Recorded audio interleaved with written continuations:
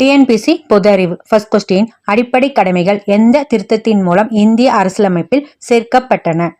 44வது சட்ட திருத்தம், 86வது சட்ட திருத்தம், 42வது சட்ட திருத்தம், 24வது சட்ட திருத்தம். விடை 42வது சட்ட திருத்தம்.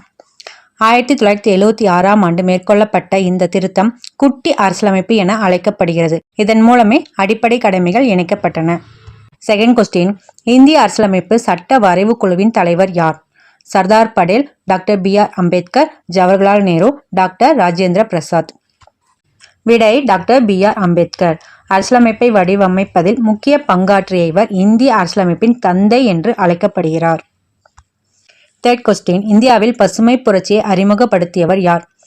Varghese Kurien, MS Swaminathan, C Subramaniam, Norman Borlaug. விடை MS சுவாமிநாதன்.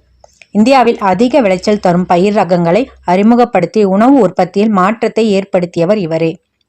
ஃபோர்த் கொஸ்டின், பிரித்தாளும் கொள்கையை எந்த பிரிட்டிஷ் அதிகாரி தொடங்கினார்?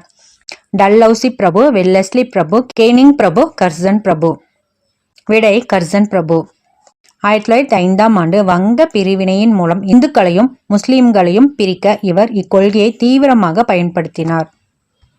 ஃபிஃப்த் கொஸ்டின், நிதி அவசர நிலை பற்றி வரையறுக்கும் விதி எது?